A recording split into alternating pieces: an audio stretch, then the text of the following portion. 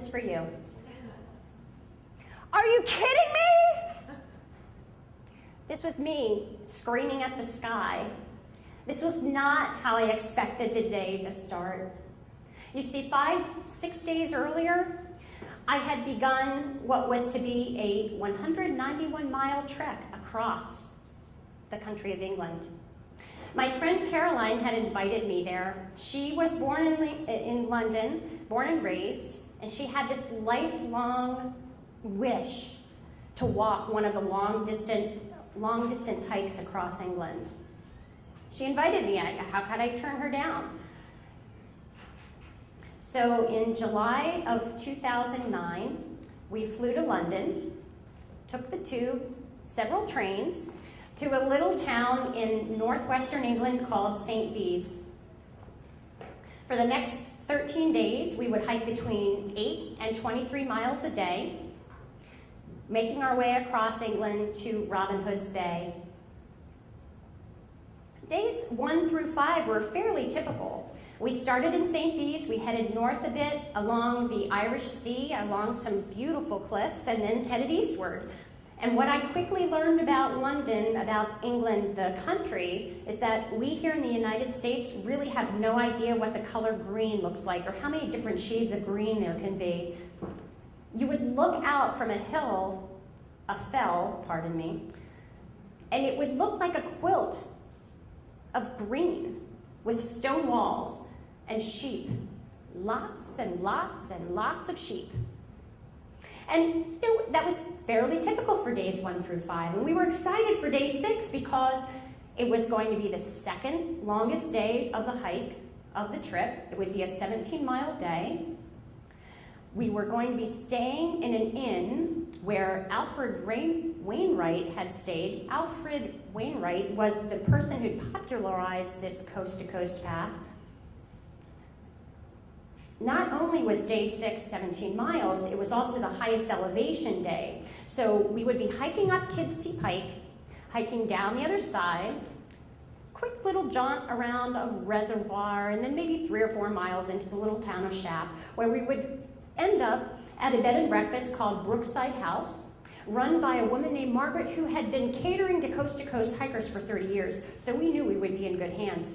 And that evening, we were headed to what was called the Bull's Head Pub downtown. Well, downtown Shap, however big that was.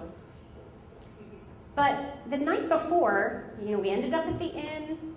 We ended up staying in the exact room where Alfred Wainwright would stay as well. It was called Fell Place because you could see a view of, it was called Place Fell, a mountain you could see out of the window from the bedroom. When we woke the next morning, we realized it had been raining all night. All night. It was still raining. Basically, this meant that our chances of seeing the most beautiful vistas on the hike were nil. But the innkeeper had hiked this 5 times already, and he said, it's fine. He said, here, have some breakfast. I'll fill your thermoses with hot water so you can have tea. You can still stop and have a picnic on the rock. And then you could end up at Shap and say hi to Margaret for me.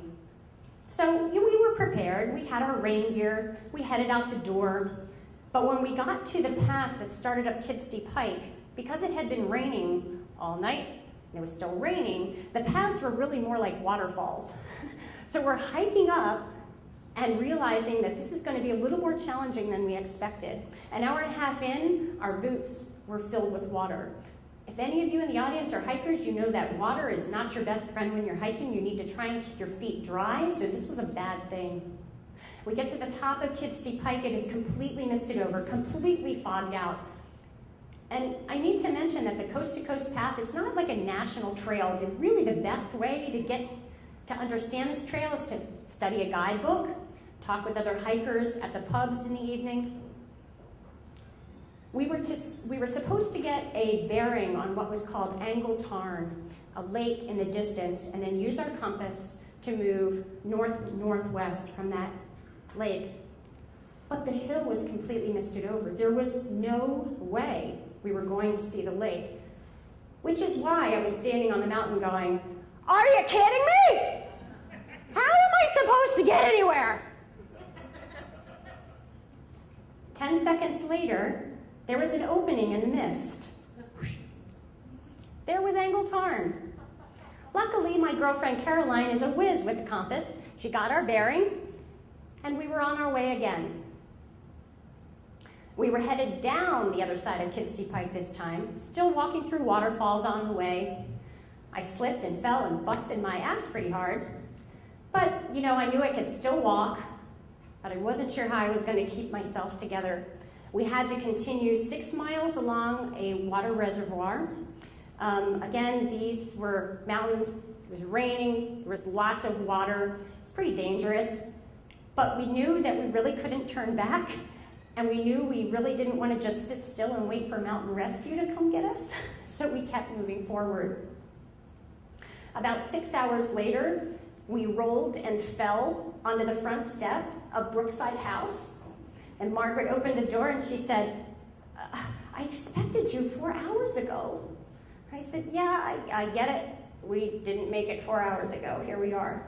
But again, she had been catering to hikers for 30 years. So she took all of our wet clothing, all of our wet belongings, hung them up to dry. She did our laundry. She handed us bathrobes. She said, go take showers.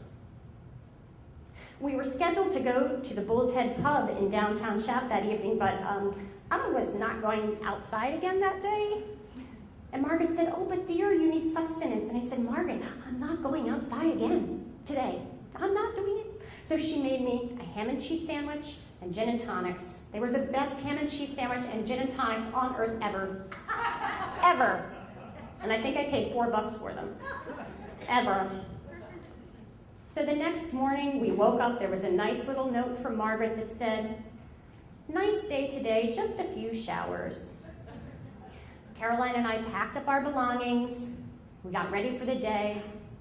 We stepped out the door and walked about half a mile to the bus stop. We decided that we would let go of expectation for that day and not worry about walking the 8 miles to the next town. We would take the bus instead. So we realized that we survived somehow. I thought all of this was behind me until last week. I followed the Bull's Head pub, the local Bull's Head pub here in Lidditz. The owner, Paul, actually just got done hiking the coast-to-coast path. So of course, Bull's Head was posting pictures. Here's Paul here, and here's Paul here. And there was a picture of Paul and this beautiful vista. And I said it to my friend Caroline, I'm like, do you recognize that? Literally, there's lots of green, but you usually recognize parts of the path. And I realized the picture was what I should have seen on day 6. Thank you.